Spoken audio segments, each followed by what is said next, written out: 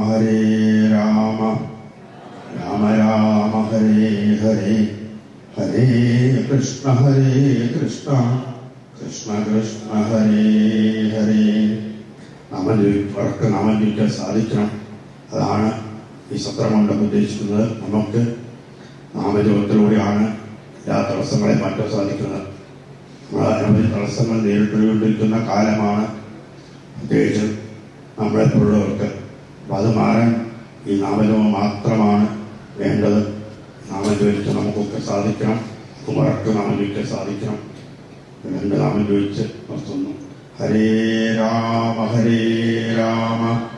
രാമ രാമ ഹരേ ഹരേ ഹരേ കൃഷ്ണ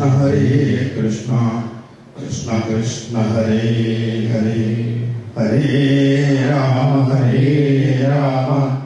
രാമ രാമ ഹരേ ഹരേ ഹരേ കൃഷ്ണ കൃഷ്ണ കൃഷ്ണ ഹരേ ഹരേ. നമഃ പാർവതീപതയേ സർവത്ര ഗോവിന്ദനാമ സങ്കീർത്തനം. അതുമാത്രമല്ല, അനേക സപ്താഹങ്ങൾക്ക് നേതൃത്വം നൽകാനും സംഘാടകരായിട്ട് പ്രവർത്തിക്കാനും ഒക്കെ തന്നെ സാധിച്ചിട്ടുണ്ട്. അതൊക്കെ ഭഗവാന്റെ ഒരു കൃപാകടാക്ഷം ആണെന്ന് വിചാരിക്കാം.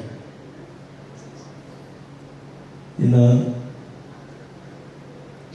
കഴിഞ്ഞ 23 വർഷങ്ങളിലായിട്ട് നടന്ന സപ്താഹങ്ങളുടെ ഒരാകത്തുക എന്ന നിലയിൽ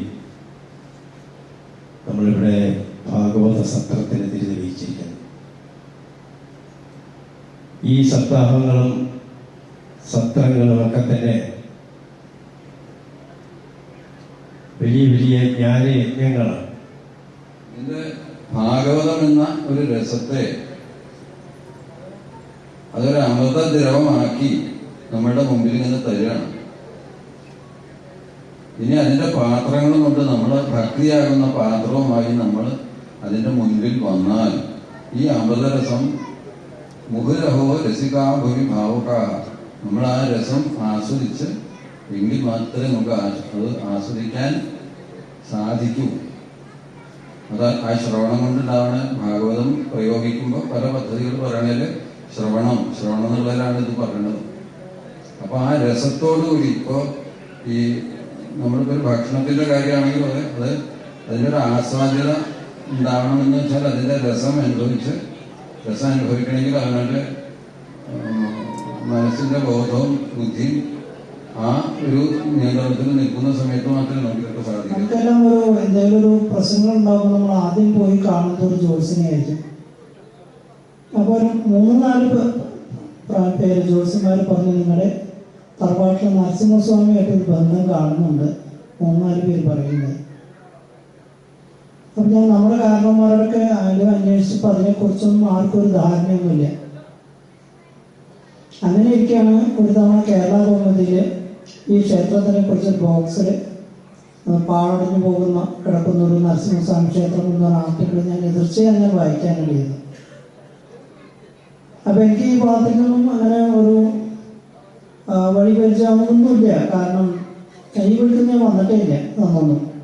എന്തായാലും അന്ന് അങ്ങനെ അന്വേഷിച്ച് പിടിച്ച് ഇതന്നെ ആയിരിക്കും എന്നുള്ള ഒരു സന്ദർഭത്തിലൂടെ വരും പ്രാർത്ഥിക്കുകയൊക്കെ ചെയ്ത് വരുന്ന പ്രായമുള്ള എല്ലാവർക്കും പറയാനുള്ള ഒരു ചെറിയ ഉപദേശമല്ല, അപേക്ഷയാണ്. കൂടെ കുട്ടികളെയും കൊണ്ടുവരിക. അവർക്ക് ഇവിടെ വരുന്നതിന് മുമ്പ് തന്നെ ഇതിനൊരു സാമാന്യം ഒരു ധാരണ ഉണ്ടാക്കുക. അതല്ലെങ്കിൽ ഇവിടെ വന്നിട്ട് അവരങ്ങോട്ടും കാണാൻ ഓടി നടക്കേണ്ടത്. കാരണം ആ ഓടി നടക്കുന്ന കാരണം അവർക്ക് അതിനെപ്പറ്റി ധാരണയില്ല.